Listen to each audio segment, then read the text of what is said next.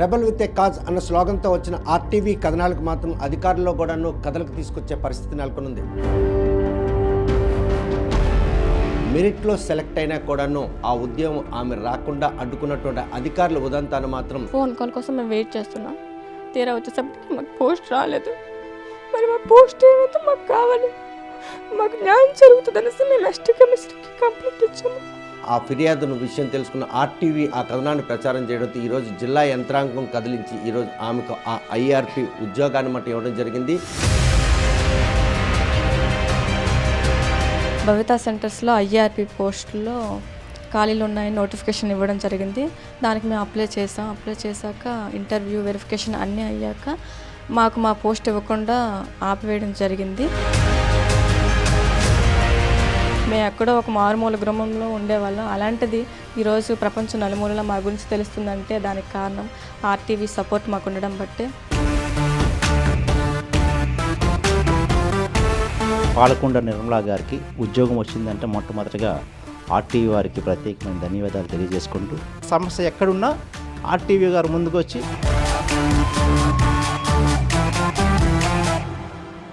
Rebel with a cause అన్న స్లోగన్తో వచ్చిన RTV కథనాలకు మాత్రం అధికారుల్లో కూడాను కథలకు తీసుకొచ్చే పరిస్థితి నెలకొనుంది. అందుకు తార్కాణం సారాకోట మండలం అర్లి అనే ఒక ఆదివాసీ గ్రామంలో పుట్టి ఈరోజు బిఆర్ అంబేద్కర్ విశ్వవిద్యాలయంలో బీఈడీ పూర్తి చేసి సమగ్ర శిక్ష అభియాన్లో కాంట్రాక్ట్ ఉద్యోగులైనటువంటి ఐఈఆర్పీ ఉద్యోగానికి అప్లై చేసి మెరిట్లో సెలెక్ట్ అయినా కూడాను ఆ ఉద్యోగం ఆమె రాకుండా అడ్డుకున్నటువంటి అధికారుల ఉదంతాన్ని మాత్రం ఈరోజు ఏదైతే గిరిజన జాతి ఎస్టీ కమిషన్ కూడా ఫిర్యాదు చేసిన తర్వాత ఆ ఫిర్యాదును విషయం తెలుసుకున్న ఆర్టీవీ ఆ విద్యార్థిని సంప్రదించి ఆ కథనాన్ని ప్రచారం చేయడంతో ఈరోజు జిల్లా యంత్రాంగం కదిలించి ఈరోజు ఆమెకు ఆ ఐఆర్పీ ఉద్యోగాన్ని మట్టి ఇవ్వడం జరిగింది.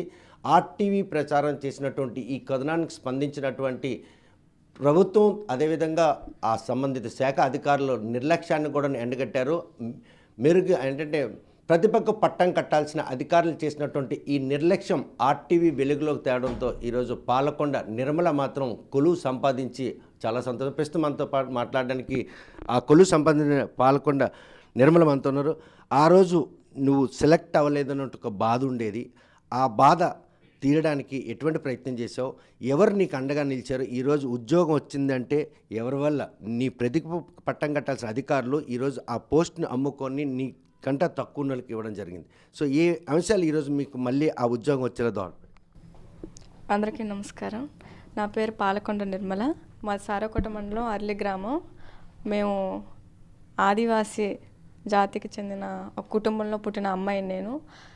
మేము డాక్టర్ బిఆర్ అంబేద్కర్ యూనివర్సిటీలో BEd special education MR complete చేసి 1 ఇయర్ తర్వాత మాకు గత 2-3 నెలల క్రితం భవితా సెంటర్స్లో ఐఆర్పీ పోస్టుల్లో ఖాళీలు ఉన్నాయని నోటిఫికేషన్ ఇవ్వడం జరిగింది. దానికి మేము అప్లై చేశాక ఇంటర్వ్యూ వెరిఫికేషన్ అన్నీ అయ్యాక మాకు మా పోస్ట్ ఇవ్వకుండా ఆపివేయడం జరిగింది. సో దాంతో మాకు న్యాయం జరగడం కోసం మాకు తెలిసినటువంటి మా ఆదివాసీకి చెందినటువంటి మా జిల్లా ఆదివాసీ పరిషత్ ఉపాధ్యక్షుడైనటువంటి వాబు యోగి సార్ని కలవడం జరిగింది. ఆయన మాకు అండగా నిలిచి ఈరోజు మేము కోల్పోయినటువంటి మా ఐఆర్పీ పోస్ట్ని తిరిగి మాకు సంపాదించి పెట్టారు.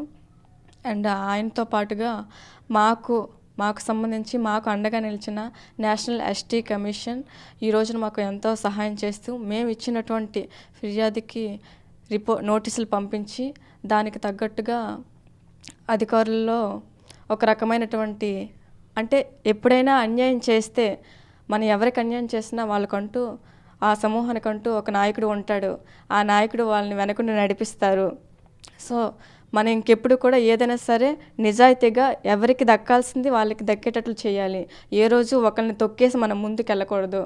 ఏదైనా మన సొంత టాలెంట్తో మనం ముందుకెళ్ళాలి అని తెలియజేసి ఇంకోసారి ఇలాంటి తప్పు జరగకుండా చేసినందుకు మన జిల్లా ఆదివాసీ పరిషత్తు ఉపాధ్యక్షుడైనటువంటి వాబు యోగి సార్కి అండ్ నేషనల్ ఎస్టీ కమిషన్కి మేము చాలా ధన్యవాదాలు తెలుపుకుంటున్నాము.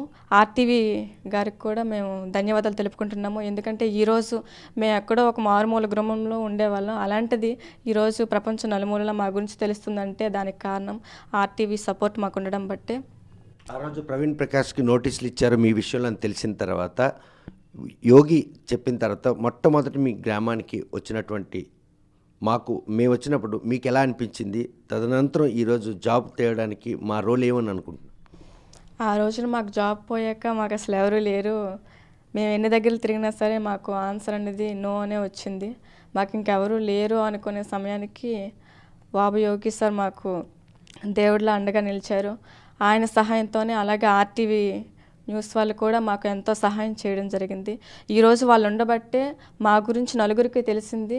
అలాగే మా అన్యాయాన్ని ఎదిరించి మాకు న్యాయం జరిగేలా చేయడం జరిగింది. ఒక ఎస్టీ విద్యార్థి ఉండి ఒక ఓపెన్ కేటగిరీలో సెలెక్ట్ అయ్యి కూడా నీకు కాదని అంటే అనర్హులకి ఈరోజు ఆ పోస్ట్ ఇచ్చారు అన్నటువంటి ఒక విషయం తెలిసిన తర్వాత ఆ రోజు ఎటువంటి మదన పడ్డాం. ఈరోజు నీకు జరిగిన అన్యాయంకి నీకు అండగా నిలిచినటువంటి ఆదివాసీ పరిషత్తు నాయక అయితేనేమి సమాచార మాధ్యమం పరంగా ఎలా ఇది రెండు దోహదపడ్డాయి? మేము ఆ రోజు మాకు కాకుండా వేరే వాళ్ళకి ఇచ్చేటప్పటికి మా ఫీలింగ్ ఏంటంటే, అరే మేము ఎంత చదువుకున్నాం, ఎంత ఫస్ట్లో అన్నీ తెచ్చుకుంటున్నాం కదా, మరి మాకు ఇవ్వకుండా మాకన్నా వెనక స్థానంలో ఉన్న వాళ్ళకి ఎలా ఇస్తారు? అలాంటప్పుడు మేము ఎందుకు ఫస్ట్ ర్యాంకులు తెచ్చుకోవాలి? రేపొద్దున్న ఇలాంటివి ఇలా కంటిన్యూ అవుతూ ఉంటే చదివే వాళ్ళకి ఎలా ఉంటుందంటే, మనం ఎంత చదివినా సరే ఎందుకు వేస్ట్, మన ఎస్టీ లేకపోతే ఎస్సీ మనం తక్కువ కులానికి చెందిన వాళ్ళం అలా అనేసి మనల్ని వెనక్కి తోసేస్తూ ఉంటే ఇంకెవరికి కూడా చదువుకోవాలని ఇంట్రెస్ట్ రాదు.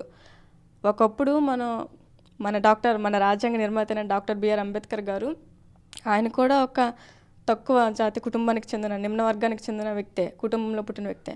కానీ ఆయన కూడా ఇలా మనలాగా ఉండిపోలేదు ఇంట్లో. ఏదో ఉంది, నా దేశానికి ఏదో చెయ్యాలి అనేసి బయటకు వచ్చి పోరాడి మనకి ఈరోజు రాజ్యాంగ నిర్మాతగా ఆయన నిలిచారు. సో అతన్ని మనం స్ఫూర్తిగా తీసుకొని ముందుకు వెళ్ళాలి. సో అలా మనం ఏంటంటే ఇలాంటి వాళ్ళకి కూడా అవకాశాలు కల్పిస్తామని మాటల ద్వారా చెప్పి లోపలేమో ఏవో చేస్తున్నారు, ఎవరికి రాకుండా పోతున్నాయి. సో ఇలా ఇంకెప్పుడు జరగకుండా ఉండాలి. సో అందుకు ఇది నిదర్శనంగా నిలుస్తుంది. అలా జరగకుండా ఉంటేనే రేపొద్దున ఎడ్యుకేషన్ పరంగా ప్రతి ఒక్కరు కూడా ఎంకరేజ్మెంట్తో చదువుకుంటారనమాట. ఎవరు ఇంకా పేదవాళ్ళని కాదు, పెద్దింటలని కాదు, ఎవరు కాదు, ప్రతి ఒక్కరు కూడా చదువుకోవడానికి ముందంజలో ఉంటారు. మేము కష్టపడి చదివితే మేము మంచి పొజిషన్లో ఉంటాము. మా తల్లిదండ్రులు అలాగా వ్యవసాయం చేసుకుంటున్నారు, మేము ఆ స్థానంలో కాకుండా ఇంకా గొప్ప స్థానంలో ఉంటాము అన్న ఒక హోప్ అనేది ఉంటుంది. చదువులు సరస్వతిగా పేరుగాంచినటువంటి పాలకొండ నిర్మల మాత్రం అన్నింటా ఫస్ట్ అయినప్పటికి కూడాను ఆ కేటగిరీలో ఏదైతే ఐఏఆర్పి పోస్టులు ఉన్నాయో అందులో మాత్రం రిజర్వేషన్ ప్రాతిపదిక లేకపోయినా ఎస్టీ కమ్యూనిటీ అయినప్పుడు కూడా ఆ పోస్టుల్లో ఎస్టీకి ప్రాతిపదిక లేకపోయినా ఆ పోస్ట్కి అప్లై చేసి ఓపెన్ కేటగిరీలో సెలెక్ట్ అయిన ఆమెను కాదని తమకు సంబంధం లేనటువంటి వ్యక్తులకు ఇవ్వడాన్ని గమనించినటువంటి ఆమె మాత్రం నిర్లక్ష్యం చెందకుండా ఈరోజు ఏదైతే ఆదివాసీ సంబంధించిన కమిషన్ ఆశ్రయించి ఫిర్యాదు చేయడంతో ప్రవీణ్ ప్రకాష్కు నోటీసులు ఇచ్చిన విషయం తెలిసినటువంటి ఆర్టీవీ వెంటనే ఆ విద్యార్థిని ఆవేదన మాత్రం కథనంగా ప్రచారం చేశారు. ఈ విషయంతో మనతో పాటు ఏకీవించిన ఆదివాసీ పరిషత్తు రాష్ట్ర అధ్యక్షులు మన వాబయోగి ఉన్నారు. ఆ రోజు ఈమెకి జరిగినటువంటి అన్యాయాన్ని ఏ విధంగా మీరు పరిగణనలు తీసుకున్నారు? అంత చిన్న ఆమె అంటే ఎడ్యుకేషన్ ఉద్యోగం రావాలన్న ఉత్సుకత ఉంటుంది, కానీ జరిగినటువంటి ఈ ఏదైతే అన్యాయం ఉందో అన్యాయాన్ని బాహ్య ప్రపంచంకి తేయడానికి ఆమెకి ధైర్యం ఎలా కల్పించారు? ఈరోజు ఈ అమ్మాయికి పాలకొండ నిర్మలా గారికి ఉద్యోగం వచ్చిందంటే మొట్టమొదటిగా ఆర్టీవీ వారికి ప్రత్యేకమైన ధన్యవాదాలు తెలియజేసుకుంటూ, అయితే कौन सा national ST commission Anant Nayak ji आपकी बहुत बहुत खुशरिया बोल रहा है. Special thanks to national ST commission Anant Nayak ji. ఈరోజు ఆదివాసులకి అన్యాయం జరిగితే తప్పనిసరిగా మాకంటూ ఒక ఎస్టీ కమిషన్ ఉంది. రాజ్యాంగబద్ధన ఆర్టికల్ 330A ప్రకారంగా రాజ్యాంగబద్ధంగా కూడినటువంటి ST commission, national ST commission ఉంది. ఏదైనా అన్యాయం జరిగితే తప్పనిసరిగా వాళ్ళకి ఆశ్రయిస్తే తప్పనిసరిగా న్యాయం జరుగుతుంది అనే ఉద్దేశం మాకుంది. అదేవిధంగా అమ్మాయికి నా దగ్గరికి వచ్చి చెప్పిన తర్వాత అన్ని విధాలుగా నీకు అర్హురాలు కాబట్టి నీ వెనక ఆదివాసీ సంక్షేమ పరిషత్తు, అదేవిధంగా శ్రీకాకుళం జిల్లాలో అనేకమైన ఆదివాసీ సంఘాలని వెనకుండి ఆమెకు ధైర్యం చెప్పి మనం పోరాడదాం. ఏదైతే న్యాయబద్ధంగా ఉందో న్యాయమైన పోరాటం మనం చేద్దాం, లేకపోతే హైకోర్టుకి వెళ్దాం, లేకపోతే సుప్రీంకోర్టు, న్యాయబద్ధంగా పోరాటం చేద్దాం అని చెప్పి ఆ అమ్మాయికి భరోసా ఇచ్చి అదేవిధంగా నేషనల్ ఎస్టీ కమిషన్ ఫిర్యాదు చేయడం జరిగింది. ఫిర్యాదు చేయడం తర్వాత మన ప్రవీణ్ ప్రకాష్ గారికి నోటీసులు ఇవ్వడం జరిగింది. ప్రవీణ్ ప్రకాష్ గారు నోటీస్ ఇచ్చిన 7 రోజుల్లో సమాధానం చెప్పమని సమాధానం చెప్పమని ఆదేశాలు వచ్చేటప్పటికి కూడా 7 రోజులు నెల రోజులు అయినప్పటికి కూడా వీళ్ళు చర్చించకపోయిన తర్వాత మళ్ళీ ఎస్టీ కమిషన్కి మళ్ళీ ఆశ్రయించి అమ్మాయికి ఇంకా అన్యాయం జరిగింది, న్యాయం జరగలేదంటే అప్పుడు ప్రవీణ్ ప్రకాష్ గారికి మళ్ళీ వచ్చే నెల జనవరి 2వ తారీఖున పిలుపు మేరకు ఆయనకి ప్రతి ఒక్క ఫైల్ పట్టుకుని రమ్మే అని చెప్తే ఈరోజు నేను కలెక్టర్ కార్యాలయం నుంచి ఆమెకి ఫోన్ వచ్చి మీకు ఇలా ఉంది పోస్టింగ్ ఇస్తామని కలెక్టర్ గారు నన్ను కలవడం జరిగింది. కలిసిన తర్వాత ఈరోజు ఏదైతే సర్వశిక్ష అభియాన్ పిఓ గారు రోణంకి ప్రకాష్ గారు చేతుల మీదకి ఈరోజు ఆయనకి ఆర్డర్ కాపీ కంచెల్లో పోస్టింగ్ అదే ఆర్ఏ పోస్టు కంచెల్లో ఇవ్వడం జరిగింది. చాలా సంతోషదాయకం. ఈరోజు యువతకు కూడా ఈ విధంగా మీ ద్వారా యువతకు కూడా మేము తెలియజేస్తూ ఉన్నాం. మీకు అన్యాయం జరిగితే కృంగిపోకుండా కృషించిపోకుండా చావే మార్గం అని కాకుండా పోరాటం మార్గంగా ఎంచుకుంటే తప్పనిసరిగా ఇలాంటి ఫలితాలు వస్తాయని కూడా యువతకు తెలియజేస్తున్నాం. ఓన్లీ ఆదివాసీ కాదు, అనేకమైన యువతకు కూడా చెప్తా ఉన్నాం. ఈరోజు నేను డిఎస్సి పాస్ కాలేదు, లేకపోతే నాకు పోలీస్ రాలేదు, లేకపోతే ఇంకో ఉద్యోగం సాధించలేదు అంటే ఈ ఉద్యోగం కాదు ఇంకో ఉద్యోగం, నిజంగా నీకు రావాల్సిన ఉద్యోగం న్యాయబద్ధంగా నీకు రావాలనుకుంటే నువ్వు న్యాయ పోరాటాలు చేస్తే ఇలాంటి ఫలితాలు వస్తాయని యువతకు కూడా చెప్తున్నాను. అర్థం చేసుకోండి. ఎందుకంటే చాలామంది యువత నాకు ఉద్యోగం రాలేదు, నాకు ఏజ్ అయిపోయింది అని చెప్పి చాలామంది ఆత్మహత్యలు చేసుకుంటున్నారు. ఆత్మహత్య పరిష్కారం కాదు. మహాకవి శ్రీశ్రీ అన్నారు, పోరాడితే పోయేదేమో లేదు బానిస సంఖ్యలు తప్ప. ఏదైనా పోరాటం సాధించడమే ధ్యేయంగా ప్రతి ఒక్క యువత కూడా సరైన మార్గంలో పోరాటం చేస్తే ఇలాంటి విజయాలు తప్పనిసరిగా వస్తాయి. అందుకే చెప్పిన special thanks to national ST commission Anant Nagji, అలాగే ప్రవీణ్ ప్రకాష్ గారికి కూడా మేము ప్రత్యేకమైన ధన్యవాదాలు తెలియజేస్తూ ఉన్నాం. ఇది ఒక ఆదివాసీ మహిళ అన్యాయం జరిగింది. స్వయంగా కలెక్టర్ గారికి నిన్న కలెక్టర్ గారు చెప్పడం మేము వినలేదు. స్వయంగా కలెక్టర్ గారికి ప్రవీణ్ ప్రకాష్ గారు ఫోన్ చేసి ఒక ఆదివాసీ మహిళకి ఇలాగ అన్యాయం జరిగింది కాబట్టి ఆమెకు న్యాయం చేయాలి, న్యాయం చేసి నాకు ఫైల్ కూడా పంపించండి అని చెప్పి కూడా కలెక్టర్ గారికి ఆయన ఆదేశాలతో పాటు ఆ రోజు అన్యాయం చేసిన అధికారులపై ఎటువంటి క్రమశిక్షణా చర్యలా లేకపోతే వారు చేసిన తప్పదని చెప్పేసి వారి మీద ఏమైనా శాఖాపరమైనటువంటి చర్యలు తీసుకోమని డిమాండ్ కూడా ఉందా? ఈరోజు ఎవరు ఏ తప్పు చేసి నిజంగా ఈరోజు శ్రీకాకుళం జిల్లాలో ఎస్ఎస్ఏ దీంట్లో అన్యాయం జరిగినట్లే, అవినీతి ఇక్కడ జరిగినట్లయితే తప్పనిసరిగా ప్రవీణ్ ప్రకాష్ అనే వ్యక్తి తప్పనిసరిగా చర్యలు తీసుకుంటారు. ఆయా మార్గం అనుకుంటున్నా. అయితే ఇక్కడ ఎవరు తప్పు చేశారా అనేది తెలియట్లేదు. ఎందుకంటే అక్కడ సంతకంలో ఆర్వీఎంపీఓ గారు లేదు, గత డిస్ట్రిక్ట్ కలెక్టర్ గారు ఏదో సంతకం పెట్టున్నారు అంటున్నారు. దాని మీద ఎంక్వైరీ చేస్తున్నారు. అది నేషనల్ నేను దాన్ని కమిషన్కి ఏదైతే ఫిర్యాదు చేశామో కమిషన్ దాని మీద ఎంక్వైరీ చేస్తుంది. ఆ కమిషన్ ఎంక్వైరీలో ఎవరు దాని ఎంక్వైరీ ఆఫీసర్ని ప్రిన్సిపల్ సెక్రటరీకి వేస్తారా, లేకపోతే వేరే అధికారులకి కమిషన్ వేసి ఎంక్వైరీ చేసి దాని మీద రిపోర్ట్ వాళ్ళు తీసుకుంటారు. అది కమిషన్ పరిధిలో ఉంది కాబట్టి దాని గురించి మనం అంతగా అవగాహన నాకు లేదు.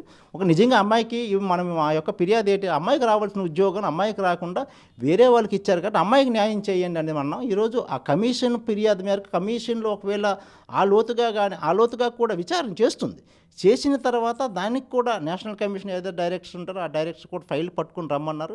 ఈ 2వ తారీఖున కమిషన్కి ముందు ఎవరు హాజరవుతారో వాళ్ళు ఎంక్వైరీ చేసిందో నిజంగా తప్పుదావులు దీంట్లో కనబడితే తప్పనిసరిగా వాళ్ళ మీద ఎవరైతే తప్పు చేశారో వాళ్ళ మీద చర్యలు తీసుకో, అది కమిషన్ చేసుకో, మన చేతిలో లేని పరిస్థితి అది. అందుచేతనే తప్పనిసరిగా ఏదైతే అమ్మాయికి రావడం వల్ల ఆదివాసీ సంక్షేమ పరిషత్తు చాలా పెద్ద విజయం అని కోరుకుంటున్నాము. తప్పనిసరిగా ఆదివాసీ సంక్షేమ పరిషత్తు ఎక్కడైతే అన్యాయం జరిగితే అక్కడ నిలదీసి పోరాటం చేసి న్యాయం జరిగే వరకు ఆదివాసీ సంక్షేమ పరిషత్తు పోరాటం అంటే అన్యాయం జరిగిన వెనుకుంటాము.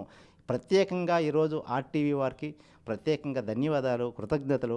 ఇంకా చెప్పుకోవడానికి లేదు. ఎందుకంటే ఒక సమస్య ఆదివాసుల సమస్య ఎక్కడున్నా ఆర్టీవీ గారు ముందుకు వచ్చి అక్కడ లోతుగా ఆ గ్రామంలోకి వెళ్ళి ఎక్కడ గ్రౌండ్ లెవెల్లో ఎక్కడ అన్యాయం జరిగింది, ఏ విధంగా అన్యాయం జరిగింది గ్రౌండ్ లెవెల్లో తీసుకొని ప్రజలకు తెలియజేసి అధికారులకు తెలియజేసి తప్పనిసరిగా గతంలో మన సిస్టమ్ ఇంజనీరింగ్ శారదా ఇంజనీరింగ్ కాలేజీలో 60 మంది విద్యార్థులకు, అది కూడా ఆదివాసీ విద్యార్థులకు పూర్తిగా వాళ్ళకి సర్టిఫికేట్లు తీసుకొని వాళ్ళకి ఉద్యోగాలు ఇవ్వకుండా వాళ్ళకి సర్టిఫికేట్లు ఇవ్వకుండా ఫీజులు కట్టించుకొని చేస్తామంటే ఫస్ట్ వాళ్ళు జాయిన్ చేసేటప్పుడు ఏం చెప్పారు, ఫ్రీ ఫీజులు అని చెప్పారు. వచ్చిన తర్వాత సర్టిఫికేట్లు ఇవ్వకుండా నిర్బంధం చేసి పూర్తిగా ఒక్కొక్కరు 70-80 వేల రూపాయలు ఫీజులు కడితే తప్ప ఇవ్వమని చెప్తే ఆ రోజు కూడా ఆర్టీవీ ఆదివాసుల పక్షాన నిల్చొని ఈరోజు 60 మంది విద్యార్థికి స్వేచ్ఛా జీవితం కల్పించింది. అందుకే స్పెషల్గా ఇలాంటి మరిన్ని మా ఆదివాసీ ఉద్యమాలకి మా ఆదివాసీ జరుగుతున్న అన్యాయాలపైన మీరు మరిన్ని లోతుగా మీరు గ్రౌండ్ లెవెల్లో చేసి ఇలాంటి న్యాయాలకి దోహదపడతారని మరి కోరుకుంటూ తీసుకుంటాం. కనుక ఆ రోజు పాపకు ఉద్యోగం రాలేదు, ఆ క్షణం మీకు ఎలాగ అనిపించింది? ఈ లేదు ఎంత సంతోషపడుతుంది? నాకు చాలా బాధ అనిపించింది సార్. ఇప్పుడు చాలా సంతోషంగా ఉన్నాం. వచ్చింది కాబట్టి చాలా సంతోషం. అందరికీ ధన్యవాదాలు. కలెక్టర్ గారికి, మా ఎస్టీ కమిషనర్కి అందరికీ ధన్యవాదాలు. మరి ఈ విషయాన్ని అందరికీ చెప్పింది ఎవరికి చెప్పారో మీరు ఇప్పుడు ఎవరి ముందు ఉన్నారు? ఆర్టీ ఛానల్కి, ఆ రోజు రాత్రి ఎవరు వచ్చారు మీ ఇంటికి? ఆర్టీ ఛానల్ వచ్చేసారు. వచ్చినప్పుడు నమ్మకం ఉందా మా పాపకు ఉద్యోగం వస్తుంది ధీమా ఉండేదా? నమ్మకం ఉంటుంది సార్. మా పడిందే బాధ అంతా మీకు అనిపించినాము. మీరు ఆమెగా ఒక చేశారు. మీ మీద నమ్మకం ఉండి అంత మట్టుకు మేము అలా నడిచాము మా బాబు సార్ ఈయన మీద. చూస్తే కనుక ఆ తండ్రి ఆనందానికి అవధులు లేవని చెప్పుకోవచ్చు. ఏదైతే రాదనుకున్నటువంటి కొలువు కూతురికి రావడంతో పాటు తండ్రి మాత్రం చాలా సంతోషంగా ఉన్నారు. మరోవైపు ఎస్టీ కమిషన్ తీసుకున్నటువంటి ఆ చొరవ మాత్రం ఈరోజు పాలకొండ నిర్మల పట్ల మాత్రం పోరాటం ఫలించినట్టు చేసింది. ఎవరైతే ఒక ప్రాబ్లం వస్తే ఆ ప్రాబ్లం సాల్వ్ చేసేందుకు ఒక మార్గాన్ని ఎంచుకోవాలన్నటువంటి ఒక దృక్పథం కలిగించినట్టు యోగి ఈరోజు ఆమెకు ఇన్స్పైర్గా నిలిచారు. అందులో భాగంగానే ఆమె కోరినటువంటి ఆ కొలువు చేయి జారిపోయింది అన్న విషయం తెలిసిన నాటి నుండి పోరాట బాట పట్టింది. ఈరోజు ఆ బాటలో సక్సెస్ అయ్యి ఈరోజు కంచిల్లో ఆమె మాత్రం ఈఆర్పి ఉద్యోగాన్ని కూడా సంపాదించి తన చదువుకు సార్థకత చేసుకున్నట్టు సంతోషం మాత్రం నిర్మల వ్యక్తమవుతుంది. ఆమెను వెన్నంటే ఉండి ఈరోజు యోగి చేసినటువంటి ఈ ప్రయత్నం మాత్రం ఆ కుటుంబంలో ఆనందం నింపేలా చేసింది.